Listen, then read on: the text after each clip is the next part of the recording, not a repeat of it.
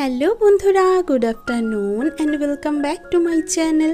কেমন আছো তোমরা সবাই? আশা করছি তোমরা সকলেই বেশ ভালো আর সুস্থ রয়েছো, আর ঈশ্বরের কৃপায় তোমাদের ভালোবাসায় আমিও কিন্তু বেশ ভালো আছি।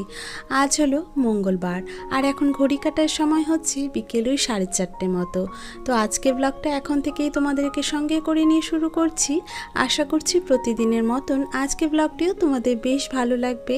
তো চলো দেখতে থাকো। দুপুরের খাওয়া দাওয়া সেরে নিয়ে একটু সময় রেস্ট করে নিয়েছিলাম, আর তারপরে ওই যে ঘুম থেকে উঠে বিকেলে কাজগুলো কিন্তু এখন করতে শুরু করে দিয়েছি। সেই সাথে কিছুটা অফিসের কাজও সামলে নিয়েছি। এখন কিন্তু নিশ্চিন্তে কিছুটা সময় সংসারে কাজে দিতে পারবো। তো এই যে দেখতেই পাচ্ছ, প্রথমে চলে এসেছি ভাইয়ের ঘরে। এসে এ ঘরের বিছানাটাকে একটুখানি ঠিকঠাক করে নিয়েছি। সকালবেলা আজকে ভাইয়ের ঘরে বেডশিটটা কেচে দিয়েছিলাম, তো সেইটাকেই বিছানাতে পেতে দিলাম। আর তারপরে এই ঘরে যে টেবিলটা রয়েছে সেই টেবিলের জিনিসপত্রগুলোকে নামিয়ে নিয়েছি, আর ঝাড়ু দিয়ে খুব সুন্দরভাবে পরিষ্কার করে নিলাম। তারপরে জিনিসগুলোকে আবারও জায়গা মতো কিন্তু গুছিয়ে রেখে দিচ্ছি। আসলে বেশ কয়েকদিন ধরে না এই ঘরটা তেমনভাবে পরিষ্কার করে উঠতে পারিনি, আর তোমাদের সাথে তো গত 4 দিন ধরে কোনো রকম ভিডিও শেয়ারও করা হয়নি। আসলে কি বলো তো, আমার মনটা অনেকটাই খারাপ ছিল। আর সেই সাথে আমি যেই মোবাইলটা দিয়ে ভিডিও শ্যুট করে থাকি সেই মোবাইলটা হঠাৎ একদিন ট্রাইপড থেকে পড়ে গিয়ে ডিসপ্লেটা ভেঙে গিয়েছিল। তো যেই কারণে ওটা দোকানে দেওয়া ছিল, দোকান থেকে নিয়ে আসতে আমার 2 দিন সময় লেগে গিয়েছিল। তো সেই কারণেই তোমাদের জন্য কোনো রকম ভিডিও নিয়ে আসতে পারিনি। আর এই যে আজকে অন্য একটা মোবাইল দিয়েই কিন্তু ভিডিওগুলো শ্যুট করে নিচ্ছি। তো যাই হোক, এই যে দেখতে দেখতে আমি কিন্তু টেবিলটা গুছিয়ে নিয়েছি। সেই সাথে টেবিলের পাশে চেয়ারে কয়েকটা জামা কাপড় এলোমেলো হয়ে পড়েছিল, তো সেইগুলো এই যে বিছানাতে নিয়ে এসে ভাঁজ করে নিলাম। তো শার্টগুলোকে গুছিয়ে নিয়ে 2টো শার্ট রেখে দিলাম চেয়ারের ওপরে, আর বাকি 2টো শার্ট নিয়ে চলে এসেছি এখন আলনায় গুছিয়ে রাখতে। আমি আলনাটা সাধারণত যেইভাবে প্রত্যেক দিন গুছিয়ে রাখি, তো সেই ক্ষেত্রে আলনার একটু জায়গা যদি এইরকম ফাঁকা থাকে না, তাহলে দেখতে কিন্তু অনেকটাই খারাপ লাগে। আর যে কারণে 2টো শার্ট নিয়ে এখন সেই ফাঁকা জায়গাটা আমি পূরণ করে দিলাম। আর এখন দেখো আলনাটা কিন্তু আগের তুলনায় দেখতে অনেকটাই ভরাট লাগছে, আর দেখতেও কিন্তু বেশ ভালো লাগছে। তো যাই হোক, এই যে দেখতে দেখতে পুরো ঘরটা কিন্তু আমি গুছিয়ে নিয়েছি, সেই সাথে মোটামুটি ক্লিনও করা হয়ে গেছে। তো চলো এবারে ঝটপট করে পুরো ঘরটাকে ঝেড়ে ফেলি। আর আমি যখনই ঘর ঝাড়ি না কেন, সেই সাথে কিন্তু খাটের তলাটাকেও খুব ভালো করে ঝেড়ে পরিষ্কার করে নেওয়ার চেষ্টা করি। কারণ ভাই যেহেতু ছেলে মানুষ, ও তো অতটা ভালো করে পরিষ্কার করতে পারে না, তবে সকালে ঘুম থেকে উঠে বাসি ঘরটা অবশ্যই ঝেড়ে ফেলে। তো এই যে দেখতেই পাচ্ছ, পুরো ঘর থেকে কি পরিমাণে ধুলোবালি বেরিয়েছে। 1-2 দিন না আসলেই ঘরটা একদম নোংরা হয়ে যায় জানো। 2 দিন আগে মোবাইলের ডিসপ্লেটা ভেঙে যাওয়ার কারণে আমার মন এত খারাপ হয়ে গিয়েছিল, সত্যি বলতে কি ভিডিও কি শ্যুট করব, সংসারে যে এক্সট্রা কাজ সেগুলোই করতে ইচ্ছে করেনি জানো। তো সেই জন্যই আর কি, যেই কাজগুলো না করলে নয় সেগুলোই করেছি এই কয়েকটা দিন। আর এই যে 4 দিন পরে তোমাদের জন্য ভিডিও শ্যুট করে নিচ্ছি, আর সেই সাথে যাবতীয় সংসারে কাজগুলো কিন্তু সেরে ফেলছি।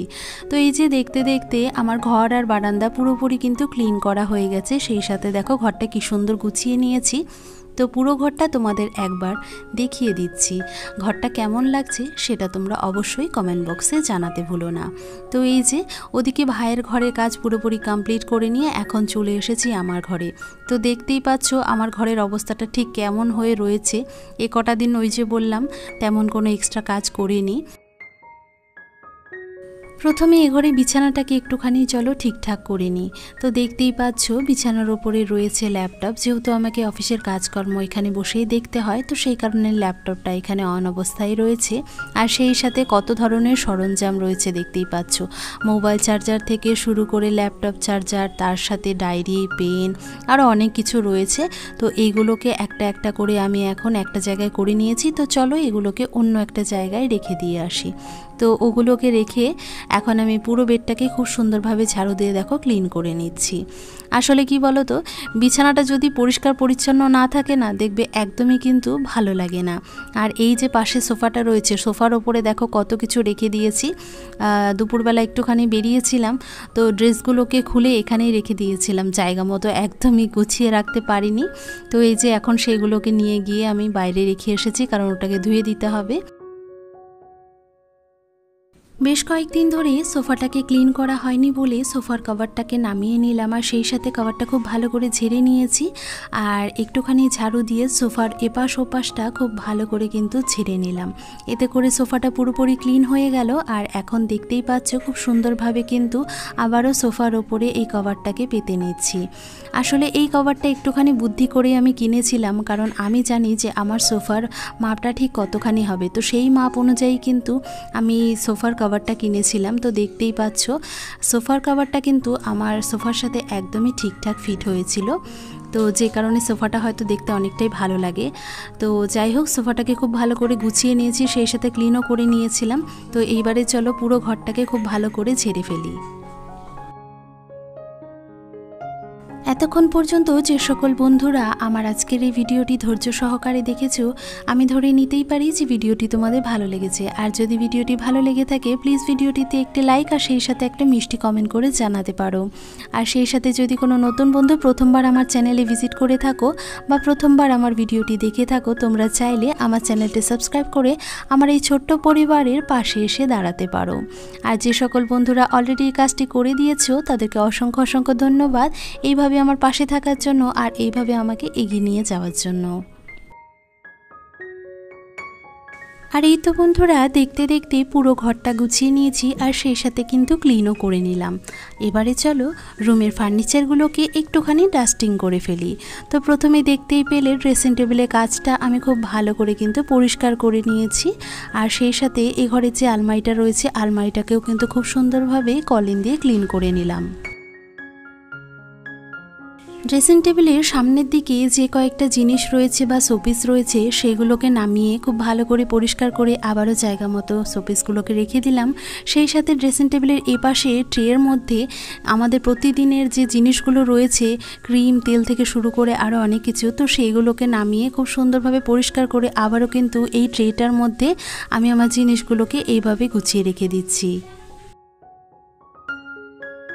বন্ধুরা, তোমরা আমার বেডরুমে এই যে ড্রেসিং টেবিলটা সবসময় দেখতে পাও, এটা কিন্তু অনেক বছর পুরনো ড্রেসিং টেবিল। এটা মায়ের বিয়ের সময়কার ড্রেসিং টেবিল, জানো, প্রায় 33 বছরের পুরনো এই ড্রেসিং টেবিল। ড্রেসিং টেবিলটা সেই কারণেই কিন্তু অনেক জায়গা খারাপ হয়ে গিয়েছে আর কালারটাও অনেকটাই নষ্ট হয়ে গিয়েছিল। তবে একটা উপায় অবলম্বন করে আমি কিন্তু আবার পুরনো কালারটাকে ফিরিয়ে আনতে পেরেছি। সেটা একটা ভিডিওর মাধ্যমে আমি শেয়ার করেছিলাম। তোমরা যদি সেই ভিডিওটা না দেখে থাকো প্লিজ আমার পুরনো ভিডিওগুলো চেক করে নিও, সেখানকারই কোনো একটা ভিডিওতে কিন্তু আমি এই বিষয়টা শেয়ার করেছিলাম। তো যাই হোক, ওদিকে ড্রেসিং টেবিলটা পুরোপুরি ক্লিন করে নিয়ে আমি কিন্তু এই ঘরের দরজাটাকেও পরিষ্কার করে নিলাম। তো এখন দেখতেই পাচ্ছ পুরো ঘরটা ক্লিন করে নেওয়ার পরে আর গুছিয়ে নেওয়ার পরে ঠিক কতটা সুন্দর লাগছে। সাজিয়ে গুছিয়ে রাখলে কিন্তু এরকম কুড়ে ঘরকেও একটা নতুন রূপ দেওয়া যেতেই পারে। তো আমার কিন্তু আমার এই ছোট্ট ঘরগুলো ভীষণই প্রিয়। তোমাদের কতটা ভালো লাগে সেটা অবশ্যই তোমরা আমাকে কমেন্টে জানাতে পারো। তো ওদিকে আমার ঘরে সমস্ত কাজকর্ম সেরে নিয়ে চলে এসেছি মায়ের ঘরে। তো এখন দেখতেই পাচ্ছ মায়ের ঘরে এসে কিন্তু প্রথমে কয়েকটা কাপড় গুছিয়ে নিচ্ছি। আসলে এই কাপড়গুলো সকালের দিকে কেচে দিয়েছিলাম, তো সেইগুলোই তুলে এনেছি। ওইগুলোকে কিছুটা সময় আমি ঠান্ডা হতে দিয়েছিলাম ফ্যানের তলায়। তো এখন ঝটপট করে সেই কাপড়গুলোই কিন্তু গুছিয়ে ফেলছি। তো বন্ধুরা, আমার এই ছোট ছোট প্রতিদিনের সাধারণ কাজকর্মগুলো তোমাদের দেখে যে এতটা ভালো লাগে আর তোমরা যে এত সুন্দর সুন্দর কমেন্ট করো, সেটা দেখে কিন্তু আমার আরও অনেকটাই বেশি ভালো লাগে। আর সেই সাথে ভিডিও করার একটা আলাদা রকম আগ্রহ কিন্তু আমার বেড়ে যায়। তো তোমরা এইরকমভাবেই কিন্তু আমার পাশে থাকার চেষ্টা করো, যাতে করে আমি আমার এই রকম আগ্রহটা হারিয়ে না ফেলি। তো যাই হোক, এই যে দেখতে দেখতে পুরো জামা কাপড়টাই কিন্তু আমার গোছানো হয়ে গেছে। তো ওই জামা কাপড়গুলোকে আমি আলনাতে সুন্দরভাবে গুছিয়ে রেখে দিয়েছি। আর সেই সাথে এখন চলে এসেছি বাইরের একটা কাজ ছেড়ে নিতে। তো দেখতেই পাচ্ছ আমি আজকে বাইরে থেকে না এই ঝাউ গাছটা কিনে এনেছি। মা আমার সাথে বেরিয়েছিল, তো মা বলল যে মনা, এই ঝাউ গাছটা দেখে না আমার ভীষণ ভালো লাগছে, তো এটা কিনে নে। তো ওটাই কিনে নিয়েছি। আর আমার এই লাল টবটা তো আগে থেকেই কিনে রাখা ছিল, তো সেই টবের মধ্যেই আমি এই ঝাউ গাছটা পুঁতে দিয়েছি। তো কেমন লাগছে তোমরা জানিও। আজকের মতো এখানেই বিদায় নিচ্ছি বন্ধুরা, টাটা।